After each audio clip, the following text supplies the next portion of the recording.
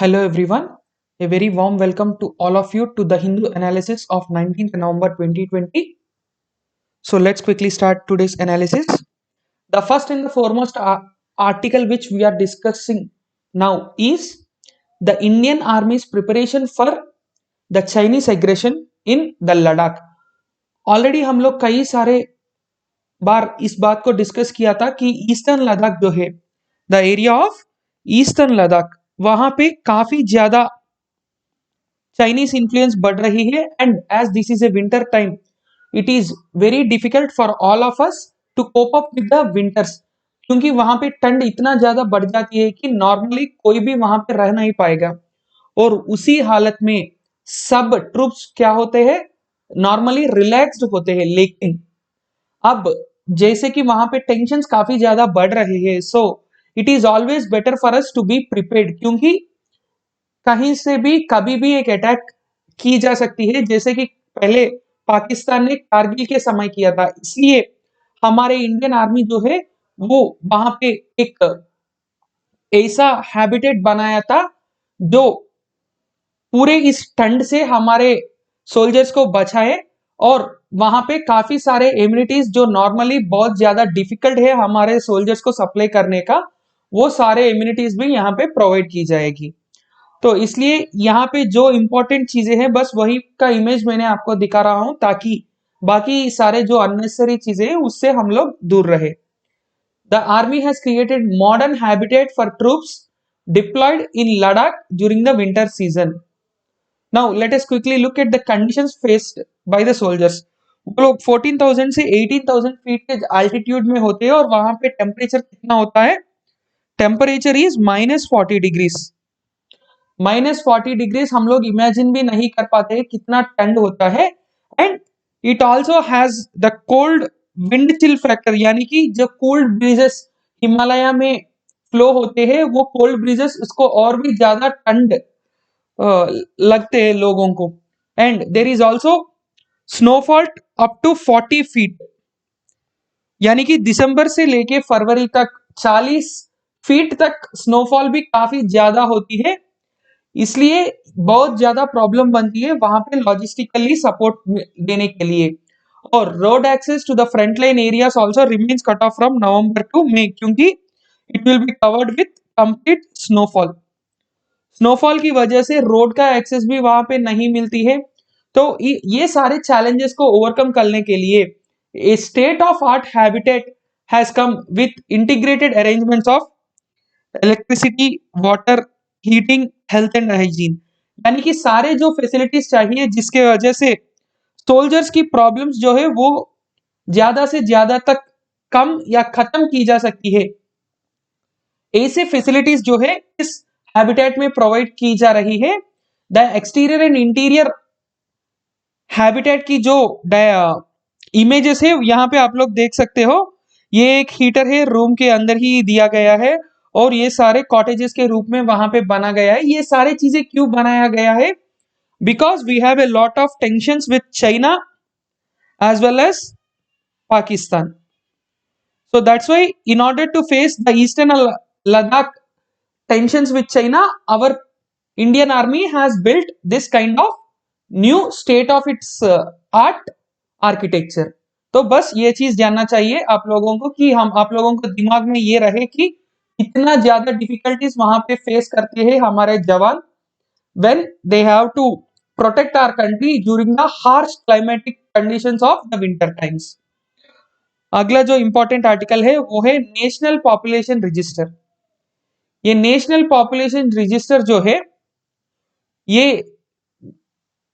क्या है और इसके बारे में अब अपडेट क्या मिली है इन सारे चीजों को हम लोग अब देखेंगे the office of the registrar general of India remember this post there is a person called registrar general of India उन्होंने कहा था कि द शेड्यूल के साथ साथ questionnaire of the national population register is being finalized अभी तक ये फाइनलाइज नहीं किया गया है अभी उसका फाइनलाइज करने की काम जो है वो चालू है कौन कौन सा क्वेश्चंस एनपीआर में पूछना चाहिए और उसका शेड्यूल क्या होगा ये सारे चीज अभी तक फाइनलाइज नहीं हुई है और अब इसको फाइनलाइज करना पड़ेगा।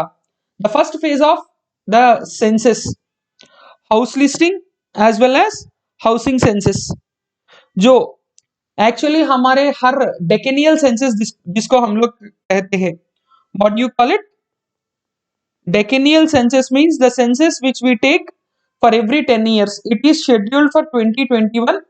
एक्चुअली ये अप्रैल 1 2020 से ही शुरू होना था, लेकिन कोविड-19 की वजह से ये पोस्टपोन हुई थी। अब 2021 में शायद ये चालू होगी। So the census of 2021, along with that ये एनपीआर का जो हाउस लिस्टिंग और हाउसिंग सेंसस भी है, वो भी इसके साथ साइमल्टेनियसली करने का एक्चुअली एक इनिशियली डिसीजन लिया गया था, लेकिन अभी सिचुएशन ऐसा है कि ये लोग उसको डायरेक्टली नहीं कर पाते हैं। They were to be conducted simultaneously from April to September, but were postponed indefinitely due to the pandemic.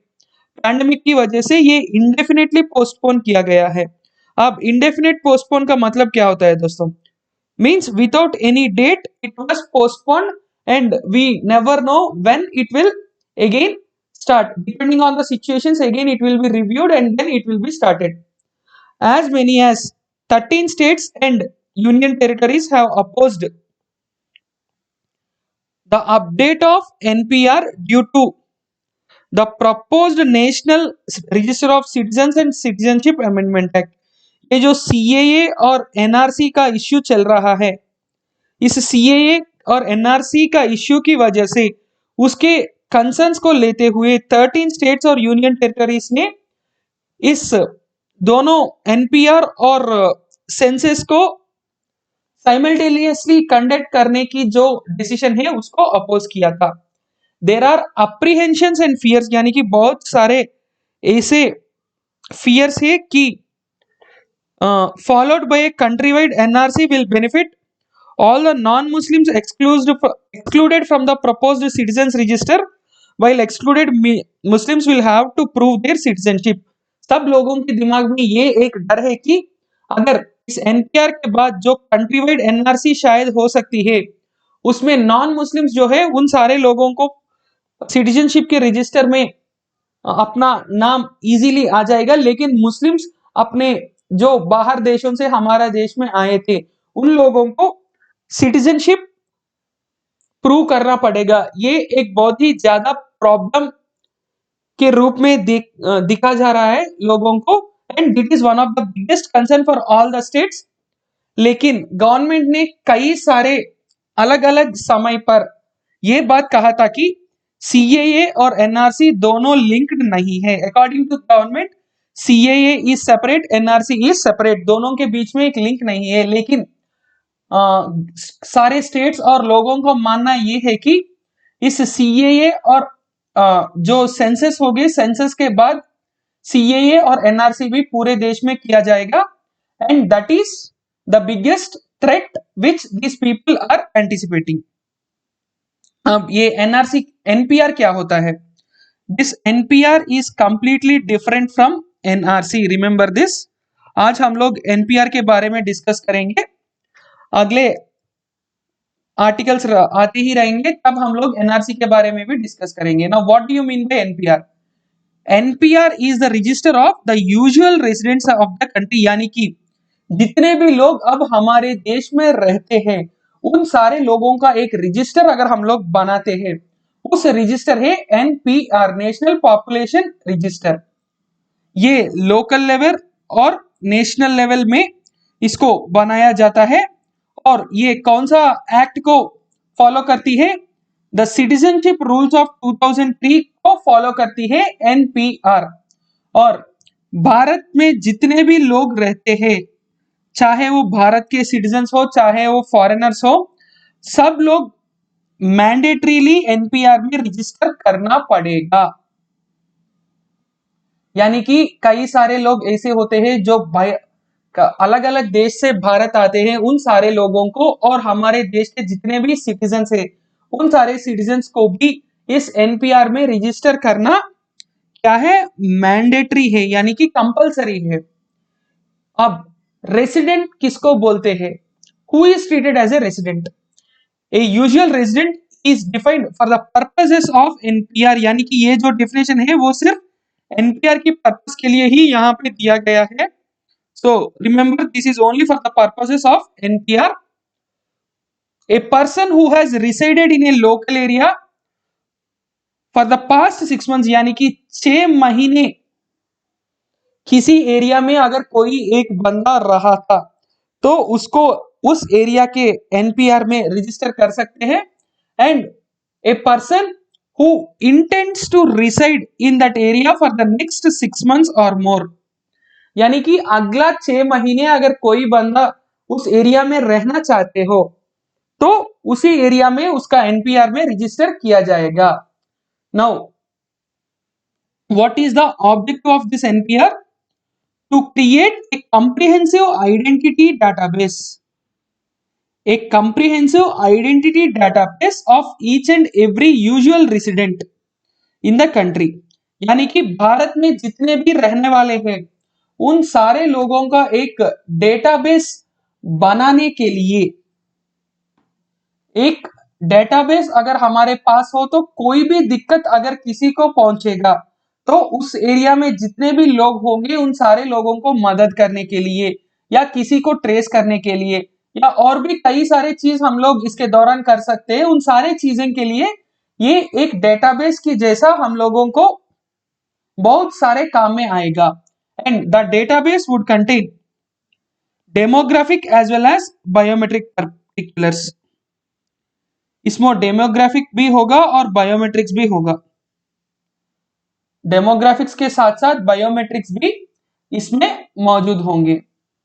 और बायोमेट्रिक्स कैसा होगा? बायोमेट्रिक्स बिकॉज हम सब लोग आधार के लिए अपने बायोमेट्रिक्स ऑलरेडी दिए थे, तो इस डेमोग्राफिक सर्वे में क्या होगा, हमारे आधार कार्ड का डिटेल्स भी उन लोगों को दिया जाएगा.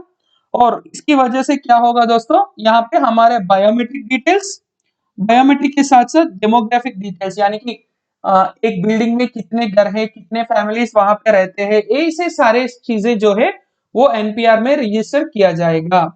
अब इसके पहले कितने सारे बार इसको पहले कंडक्ट कर चुके हैं. So the data for NPR was initially conducted in 2010 along with the house listing phase of census of India 2011. 2011 में जो सेंसस का प्रोसेस चली थी 2010 से लेके 2011 तक, उसी प्रोसेस के दौरान एनपीआर का डाटा भी कलेक्ट किया गया था. और इस डाटा 2015 में अपडेट किया गया था by door to door survey, यानी कि घर घर तक जाके इस 2015 का डोर टू डोर सर्वे जो है वो कंडक्ट किया गया था. और 5 साल के बाद अभी जब 2021 का सेंसस जो है वो एक्चुअली इस साल अप्रैल टू सितंबर में होना चाहिए, इसके साथ साथ ही इस एनपीआर को अपडेट करने की बात भी किया था. साइमल्टेनियसली दोनों का डाटा एक ही बार लेने की जो सोच है वो भी किया था, लेकिन कोविड-19 की वजह से इसको क्या हुई थी, पोस्टपोन की गई थी. And remember one thing, the NPR will be in all states and union territories except Assam, क्योंकि सुप्रीम कोर्ट में असम पे एनपीआर बनाने का जो डिसीजन है उसको रोक दिया था.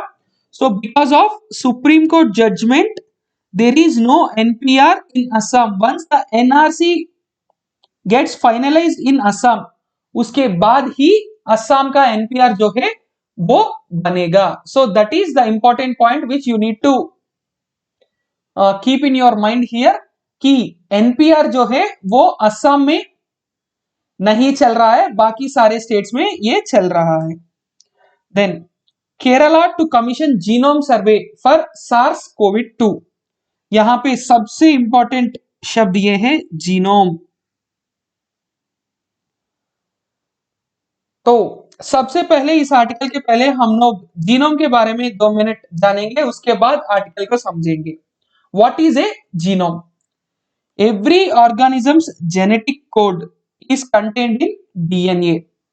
हम सब लोगों का जो हर एक इंसान या हर एक ऑर्गेनिज्म का जो जेनेटिक कोड है वो किस में होगा?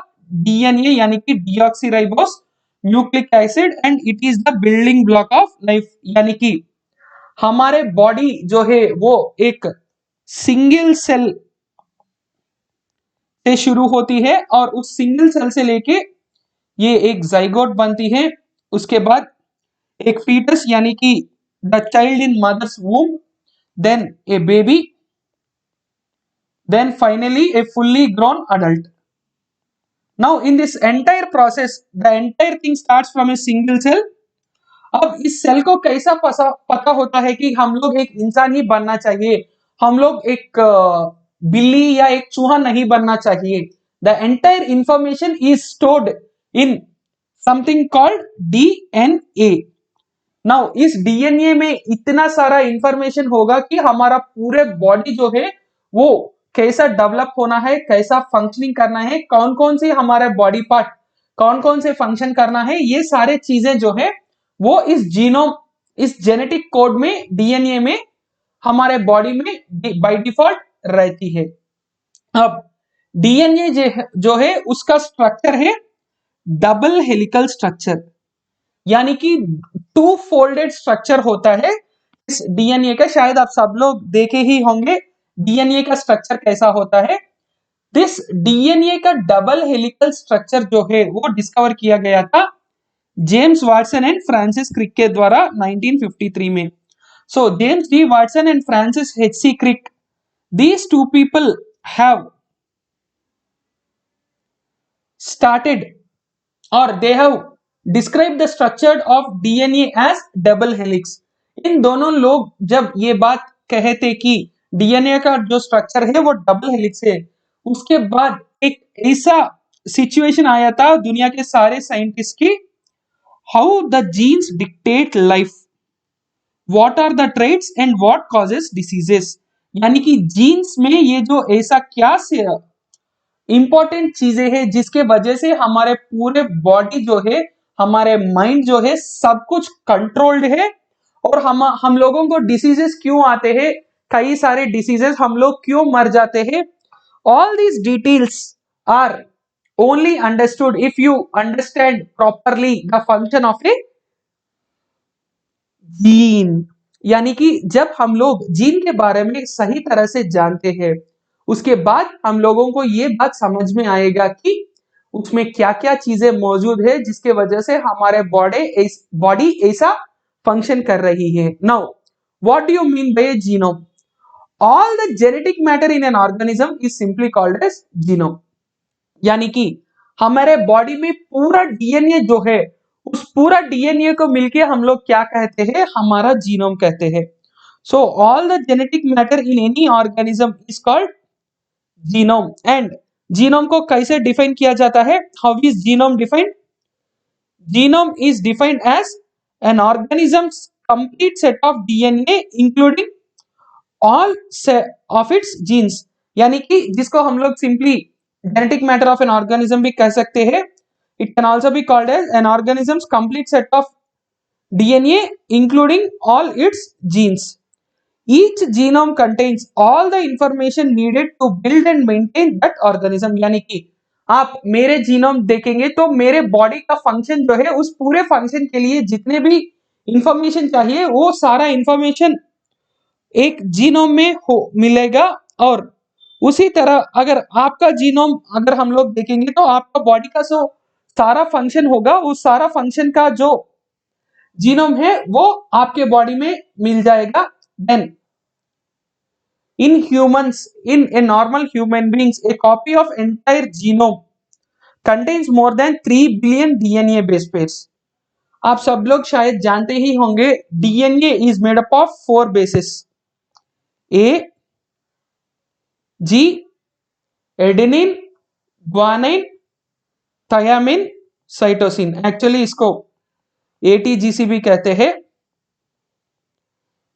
एटी और जीसी ये पेयर्स में हमेशा रहते हैं, adenine and thymine, guanine and cytosine ये पेयर्स में रहते हैं। और आरएनए में अगर आप लोग देखेंगे तो थायमिन के बदले में होगा यूरासिल।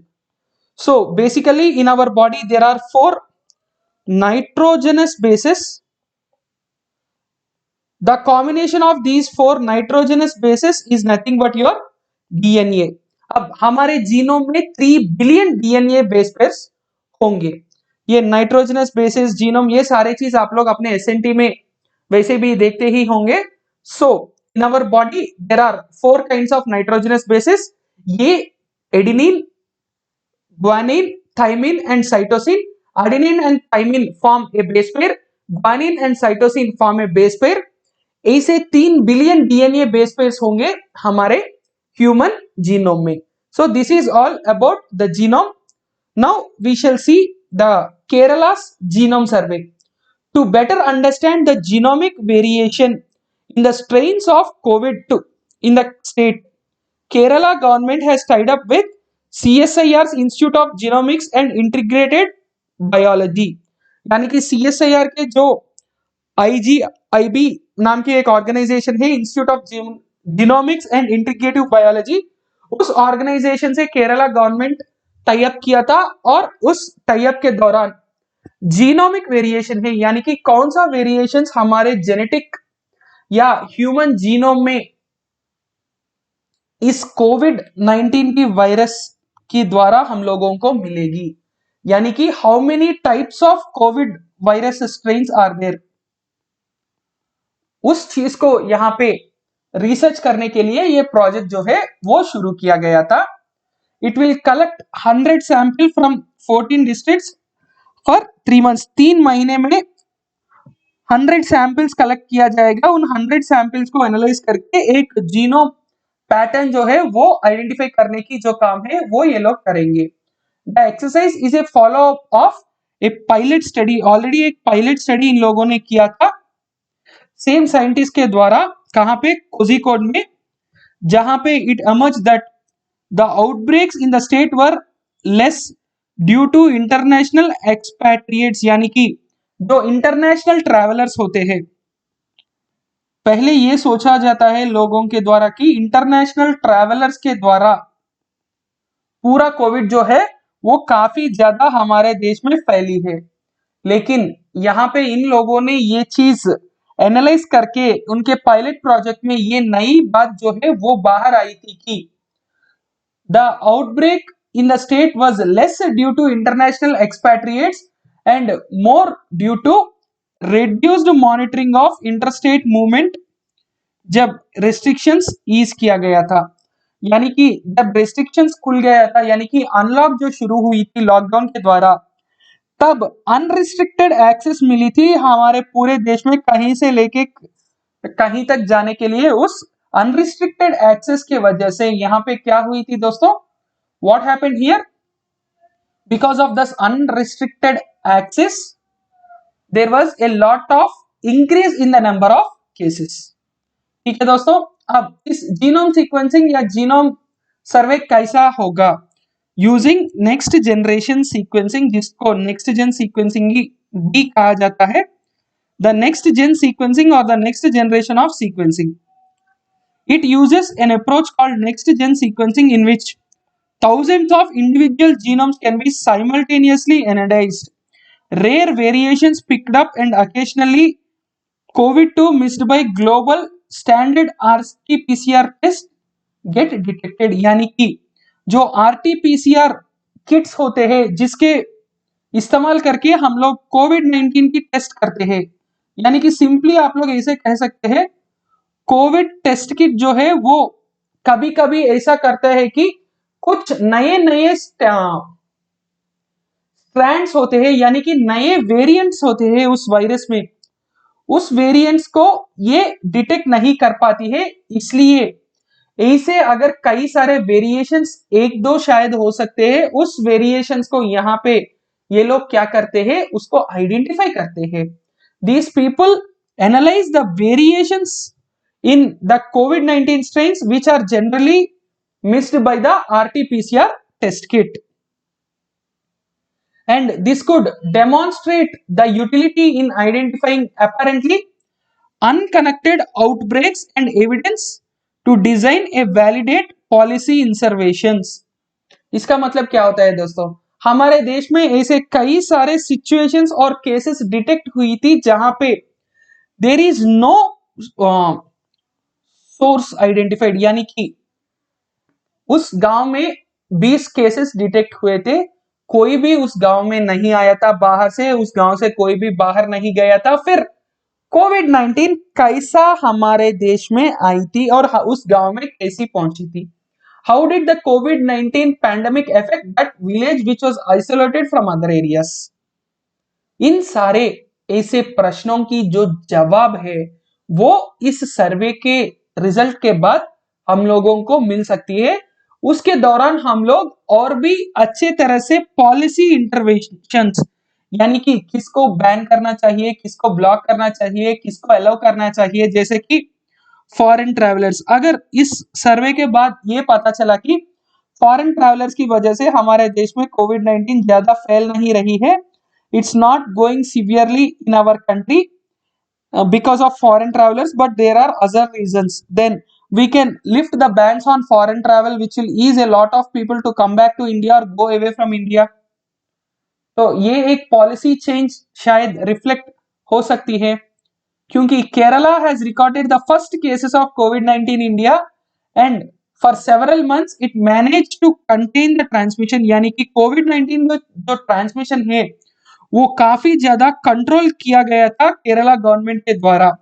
लेकिन जब रिस्ट्रिक्शंस को ईज किया गया था और ओणम जैसा फेस्टिवल सेलिब्रेट किया गया था, तब congregations multiplied and led to huge spike in the cases, यानी कि लोग ग्रुप्स में घूमना शुरू किए थे, लोग एक ही जगह बहुत ज्यादा लोग इकट्ठा होना शुरू कर दिया और उसकी वजह से क्या हुई, it led to a huge spike in cases, यानी कि केसेस की संख्या जो है वो काफी ज्यादा गुना बढ़ गया है। So that is another important observation which we have to see here, because after the lockdown restrictions, जब बहुत ज्यादा लोग एक ही जगह में आने की जो परमिशंस दी गई है, यानी कि 50 लोग 100 लोग, अब लगभग 200 लोग की परमिशन है, तो उसके वजह से काफी ज्यादा ट्रांसमिशन हुई है कोविड 19 का। United Kingdom and Australia have employed a genome sequencing to map the outbreaks. United Kingdom और ऑस्ट्रेलिया के द्वारा भी ये चीज जो है वो इस्तेमाल की गई थी। And the earlier pilot study had found out that viral samples sequenced from India belong to a particular strain called A2A clade, which is predominant in India and within which there were 3 clusters, यानी कि पहले जो genome sequencing virus samples का किया गया था उसमें एक ही टाइप या एक ही तरह की जो कोविड 19 वायरस है वो डिटेक्ट हुई है, जो पूरे देश में काफी ज्यादा प्रिडोमिनेंट है, and it was divided into 3 clusters. The largest of the genome is from Odisha and the second largest was from Maharashtra and the third largest is from Karnataka, क्योंकि वहीं पे सबसे ज्यादा जीनोम कलेक्ट किया गया था। because of that as there are many cases in Maharashtra and Karnataka and Odisha is also having a good number of cases, इसलिए वहां पे पहले जीनोम जो है वो डिटेक्ट और कलेक्ट की गई थी। The study also uncovered 4 novel genetic variants, 4 नए वेरिएंट्स और 89 variants that are specific to Kerala and not reported from anywhere in the country, यानी कि 4 नोवेल कोरोना वायरस की ट्रेड्स और 89 ऐसे वेरिएंट्स है जो सिर्फ केरला में ही मौजूद है और पूरे देश में कहीं पे उसका रिपोर्ट जो है वो नहीं मिली है। That means there are many strains which are only in Kerala because of which it is spreading extremely in Kerala whereas it has come to a control in many other states। तो ये सारे जो चीजें हैं कि इसका टेक्निकल जो भी चीजें हैं वो सारे अब हम लोगों को पता चलेगा आफ्टर दिस जीनोम सर्वे। अगला जो आर्टिकल है वो है हमारे 15th फाइनेंस कमीशन के चेयरमैन मिस्टर एनके सिंह के द्वारा कुछ सजेशंस और ऑब्जर्वेशंस हेल्थ केयर सेक्टर के बारे में दी गई है, उन सारे चीजों के बारे में हम लोग डिस्कस करने वाले हैं। The 15th Finance Commission has mooted a greater role for public-private partnerships to ramp up health infrastructure and scale up public spending on health from 0.95% GDP to 2.5% GDP by 2024. इस पूरे जो यहाँ पे लिखा हुआ है सबसे पहला इंपॉर्टेंट पॉइंट है, it is the recommendation of 15th finance commission. 15th finance commission has highlighted the greater role of public private partnership in health infrastructure and also to scale up public spending on health from 0.95% to at least 2.5% of GDP by 2024. ये सारे चीजें कहा गया था हमारे finance commission के द्वारा. Then while public outlays should focus on primary healthcare at panchayat and municipality level, private players should be relied on specialty healthcare. इसका मतलब क्या है दोस्तों, हमारी जो गवर्नमेंट एक्सपेंडिचर अभी हो रही है उस गवर्नमेंट एक्सपेंडिचर फाइनेंस कमीशन के अनुसार कहां पे होना चाहिए, प्राइमरी हेल्थ केयर, वो भी एट panchayat level and municipality level. और private player should be relied on speciality health care, क्योंकि उनके पास काफी ज्यादा कैपिटल इन्वेस्टमेंट होती है. And if the primary health care is properly maintained, अगर पीएचसीज जो होते हैं वो सही तरह से अगर मेंटेन किया जाएगा तो उससे सबसे बड़ा फायदा ये मिलेगा कि जो स्पेशलिटी हेल्थ केयर है उस पर बर्डन थोड़ा सा कम होगा, क्योंकि अगर पहले ही डिटेक्ट हो जाएगा सारे majority of these long term illnesses, जैसे कि आप मान के चलते हैं किडनी बेस्ड इश्यूज, कैंसर्स, अगर ऐसे कई सारे चीजें जो अगर पहले इनिशियल स्टेजेस में डिटेक्ट हो जाते, and even your heart diseases और एनी अदर क्रॉनिक इलनेसेस, तो वो काफी ज्यादा स्पेशलिटी हेल्थ केयर पे स्ट्रेस कम कर देते हैं. So it is more important to focus on the primary health care in panchayat and municipality level for the government, and the private player should be relied on speciality health care. आप में से कई सारे लोग को ये डाउट जरूर आती है यहाँ पे, अगर प्राइवेट प्लेयर्स को स्पेशलिटी हेल्थ केयर में हम लोग उतना ज्यादा इन्वॉल्व करेंगे, so what about the cost. ये बात भी सही है ना दोस्तों, the cost of the health care if private players, because you know the private hospitals how they loot people, so what about the cost. इसका आंसर है आपका आयुष्मान भारत. बिकॉज आयुष्मान भारत में क्या कह रहा है government will do health insurance for a family. So here another important term which comes here is health insurance. So the importance of health insurance in today's life, क्योंकि कई सारे ऐसे देश है जहां पे गवर्नमेंट लोगों को इंश्योरेंस प्रोवाइड करती है, हेल्थ केयर डायरेक्टली प्रोवाइड नहीं करती है. If the government provides insurance, then it will be the insurance company which will be paying for the costs occurred, but not the government. This will reduce the government expenditure to a very great level. इसलिए हमेशा ये एक बहुत ही important point है यहाँ पे आप लोगों को ऑब्जर्व करने का. And the finance commission also that's why recommended the private players for speciality health care, because they have huge investments with them. They have huge investments coming for them. Along with that, they have better infrastructure facilities and they can go to any extent in that higher level. But the primary healthcare is more important for us. The commission has recommended steps to fix skewed availability of healthcare, यानी कि जो availability of healthcare जहां पे बहुत ज्यादा problematic हो रही है, उस हेल्थ केयर अभी पुअर स्टेट्स में वो भी वर्स्ट फैसिलिटी के साथ काफी ज्यादा प्रॉब्लम हो रही है.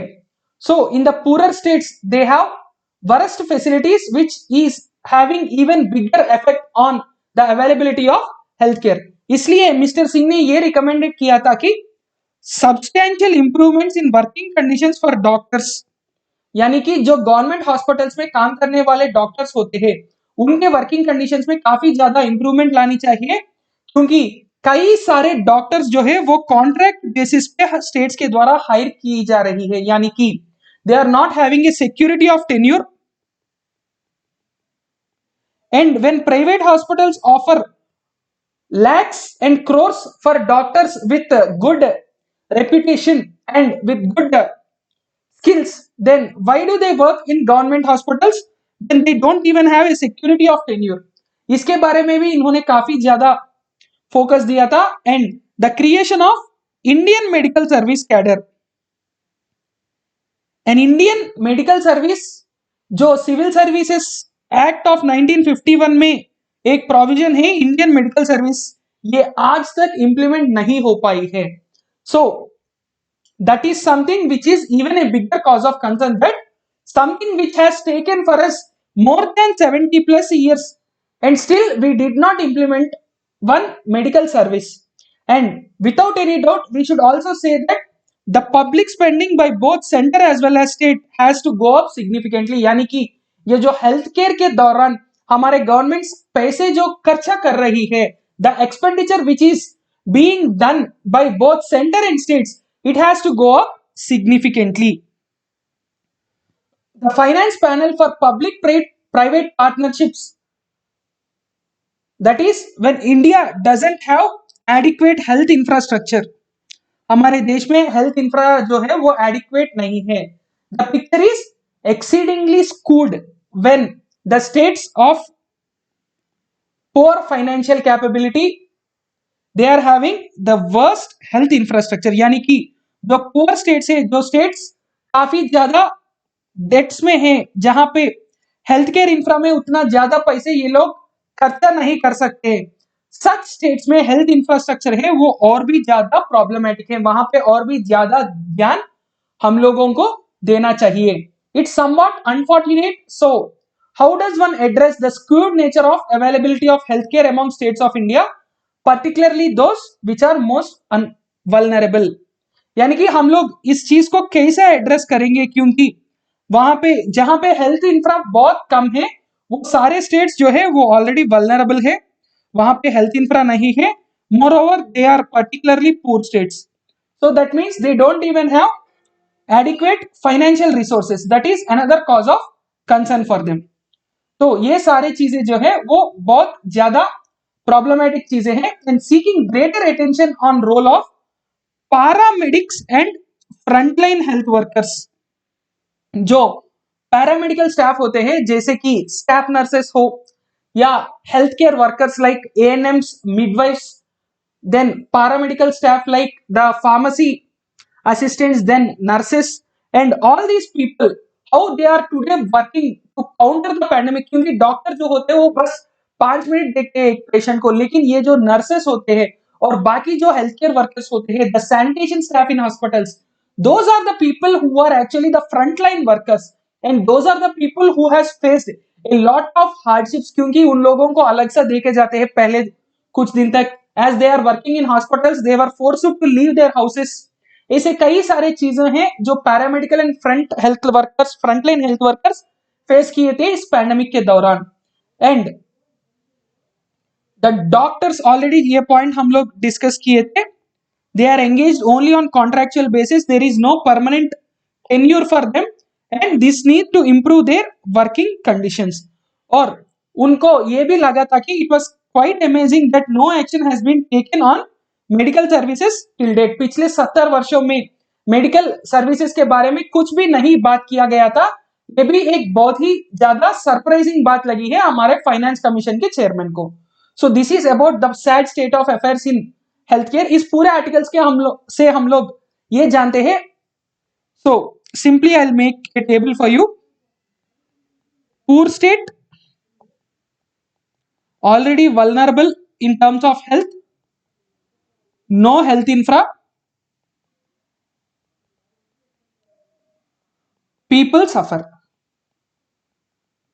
क्योंकि स्टेट्स ऑलरेडी पुअर है, वहां पे वल्नरेबल ही भी है, इसलिए वो हेल्थ इंफ्रा ज्यादा डेवलप नहीं कर पा रहे हैं. Because of that finally it is people who are going to suffer. ठीक है दोस्तों. Then to achieve better health care parameters, public private partnership must be considered in a holistic way, यानी एक complete way, in a proper complete manner public private partnership must be considered instead of the current situation where the government only turns to private sector in terms of emergency, यानी कि जब भी जरूरत पड़ती है तभी गवर्नमेंट प्राइवेट सेक्टर को देखती है जब इमरजेंसी और जरूरत की सिचुएशन हो। लेकिन अगर एक पब्लिक प्राइवेट पार्टनरशिप प्रॉपरली हो जाती है, यानी कि there is a condition where there is proper public private partnership in terms of infra and other things, that will be a lot of improvement when compared to the current situation. For that, a working relationship is needed, and it can be only built when there is a trust deficit that exists is now bridged, यानी कि एक तरह की trust deficit है government और industry के बीच में, यानी कि गवर्नमेंट इंडस्ट्री को ट्रस्ट नहीं करती है और इंडस्ट्री जो मेडिकल इंडस्ट्री और मेडिकल प्राइवेट प्लेयर्स है वो लोग गवर्नमेंट को ट्रस्ट नहीं करते। So there is a lot of gap between the government as well as the industry and that is to be bridged first, यानी कि अगर ये गैप कम किया जाएगा तभी क्या होगा, the private sector investment has an exceedingly important role to play. इन लोगों को काफी बड़ा किरदार निभाने की संभावना है, लेकिन वो तभी हो जाएगा जब इंडस्ट्री और गवर्नमेंट के बीच में जो गैप है वो कम जब होगा। The government must do what it is expected to, it is duty bound, यानी कि ये गवर्नमेंट का ड्यूटी बनता है कि health issues of health deficiency at the level of municipal corporations and panchayat, यानी कि जो लोकल गवर्नमेंट में जैसे कि म्युनिसिपल कॉर्पोरेशंस और विलेज पंचायत लेवल में जो हेल्थ केयर डेफिशिएंसी है उसको एड्रेस करने का प्राइमरी रिस्पांसिबिलिटी किसका है, प्राइमरी रिस्पांसिबिलिटी गवर्नमेंट का है। So that's why we have to expect that government should act on this particular level. The primary healthcare centers must be the central focus of the public outlay, and the private sector participation at other levels of specialty at levels where they are better due to their innovation skill, यानी कि पहले जो point बताया था हमने वही point दोबारा उन्होंने रिपीट किया था कि जो प्राइवेट सेक्टर होती है उस प्राइवेट सेक्टर को किसमें इन्वेस्ट ज्यादा करना चाहिए, स्पेशलिटी, क्योंकि वहां पे वो लोग इनोवेटिव स्किल्स काफी ज्यादा इस्तेमाल कर सकते हैं। But the primary health centre should be always the focus of the government because that is the bigger place where majority of the poor and vulnerable reach.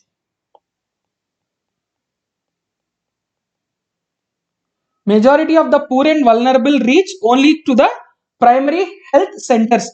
And आप लोग एक और बात अपने दिमाग में रखना, आउट ऑफ पॉकेट एक्सपेंस, यानी कि जो हमारे जेब से खर्चा होता है वो बहुत ज्यादा होती है हमारे हेल्थ केयर सेक्टर में इंडिया में। In India the health care sector demands lot of out of pocket expenses which can be reduced to a greater extent if a proper public private partnership is ensured.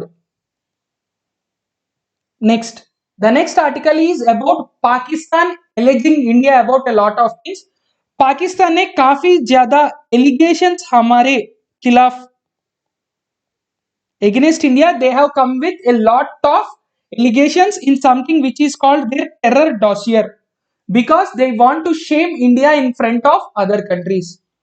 In a strong retort to Pakistan's announcement of a dossier on terror released in the last weekend, India dismissed the charges as having no credibility, fabricated and represent figments of imagination. यानी कि जो पाकिस्तान ने हम लोग पर आरोप लगाया था कि भारत में कोई क्रेडिबिलिटी नहीं है, जो भी इंडिया आरोप लगा रही है, यानी कि जो भी इंडिया एलिगेशंस दे रही है पाकिस्तान के against, all those are fabricated, but India said you people are actually not having any credibility, not India. Ministry of external affairs ने एक प्रेस कॉन्फ्रेंस में यह कहा था कि पाकिस्तान के foreign minister and military spokesperson जो लोग आकर भारत के अगेंस्ट काफी ज्यादा एलिगेशंस किए थे, that is a deliberate attempt on the part of Pakistani establishment to shift focus from its internal political and economic failures. क्योंकि आज के दिन में पाकिस्तान में काफी ज्यादा पॉलिटिकल प्रॉब्लम्स और इकोनॉमिक प्रॉब्लम्स हो रही है because of this pandemic and now India is saying that in order to divert the attention from your internal political and economic problems, you are now making allegations against India, and a more long term campaign by Pakistan to mirror what Pakistan itself has been accused of that led to its grey listing of FATF. यानी कि अभी पाकिस्तान क्या कर रही है कई सारे साल से for it is doing a long term campaign to mirror what Pakistan has been accused of while it was kept in grey list of the Financial Action Task Force. Financial Action Task Force जो है वो पाकिस्तान को पिछले 3-4 साल से grey list में रखी है and now Pakistan is doing the same allegations that India, when India said and all the world countries said that Pakistan is sponsoring terrorism in other countries, terrorism in India and other countries, and because of that Pakistan was kept in the grey list. लेकिन अब पाकिस्तान क्या कह रही है? All the allegations which initially were kept against Pakistan, now Pakistan is saying that they are allegations on India. यानी कि पाकिस्तान वही कह रही है कि भारत टेररिज्म को काफी ज्यादा प्रमोट कर रही है, भारत पाकिस्तान में अटैक्स के लिए लोगों को टेररिस्ट को काफी ज्यादा फंडिंग दे रही है, ट्रेनिंग दे रही है and it is trying to break Pakistan into pieces. ये सारी चीजें जो है वो पाकिस्तान ने हमारे ऊपर गलत आरोप लगा रहे हैं.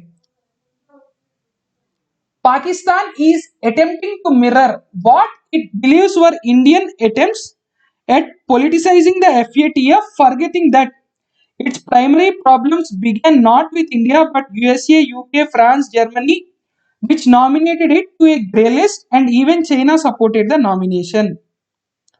इसका मतलब क्या है? यहाँ पे एक बहुत ही बढ़िया पॉइंट ऑथर ने पेश किया था कि Pakistan is attempting to mirror what it believes were Indian attempts in politicising the FATF. लेकिन तो यहाँ पे सबसे इंपॉर्टेंट पॉइंट ये है पॉलिटिसाइजिंग द FATF, लेकिन वो ये बात फॉरगेट कर रही है कि पाकिस्तान FATF ग्रे लिस्ट, यानी कि FATF ने जो पाकिस्तान को ग्रे लिस्ट में रखा था उसके लिए सबसे पहले वो जो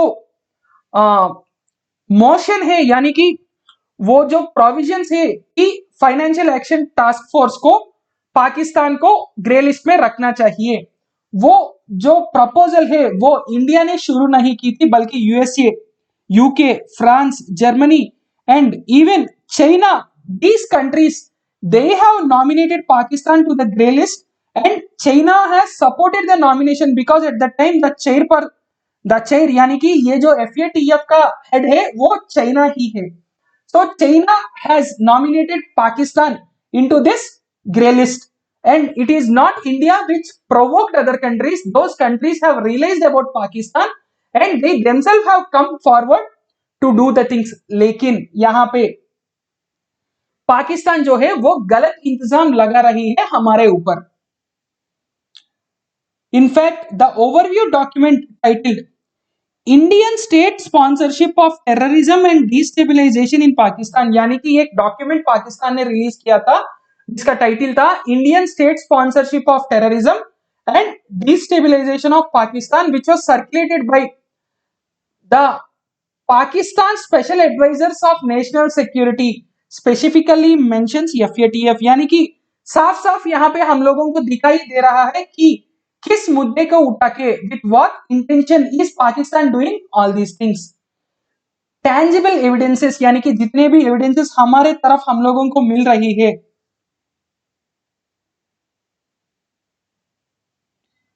that Indian foreign missions in FATF member countries have always been extensively lobbying with hosts prior to FATF meetings to undermine Pakistan's achievements and create conditions of grey or black listing.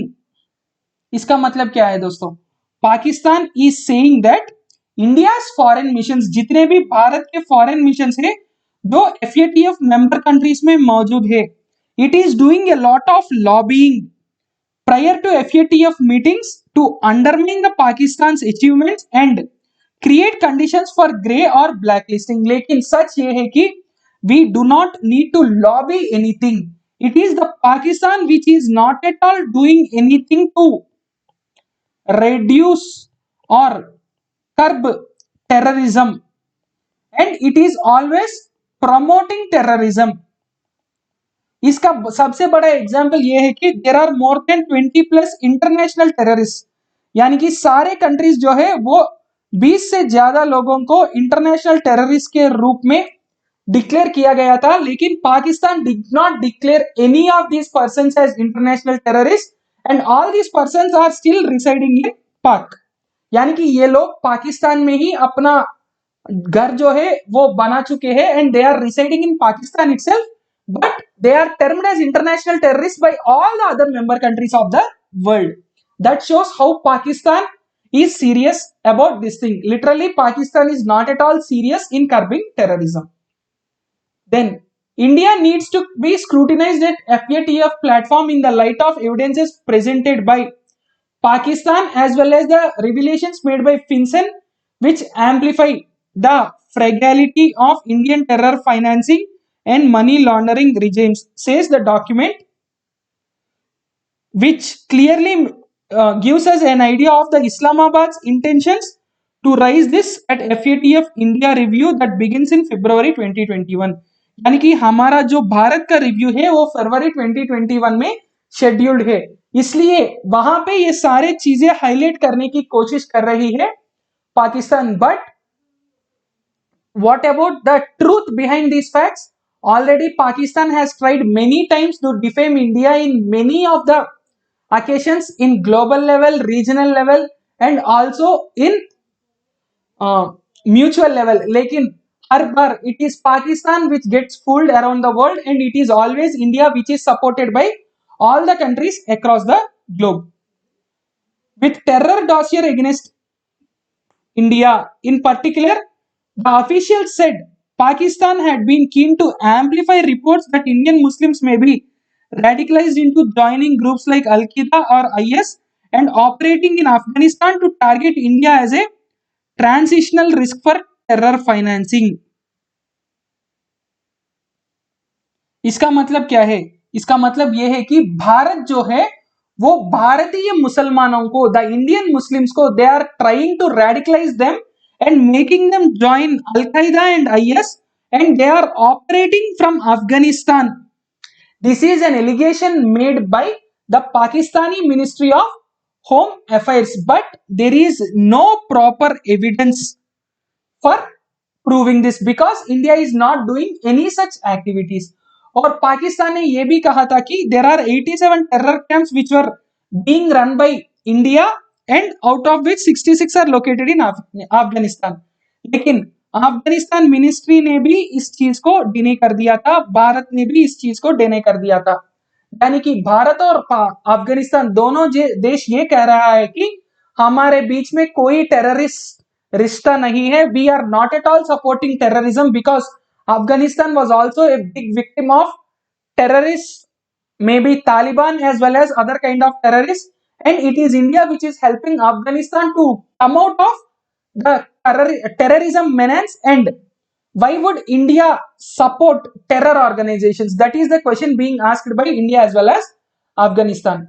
It remains to be seen whether the issue will come up when Pakistan's prime minister visits Kabul। यानी कि अभी पाकिस्तान की prime minister जो है वो आज काबुल जा रहे हैं Afghanistan, and it has to be observed whether Pakistan's prime minister will call anything against India or not, क्योंकि हमेशा पाकिस्तान कोई भी मौका नहीं छोड़ती है जहां पे वो गलत आरोप या गलत इंतजाम भारत पे लगा सकती है।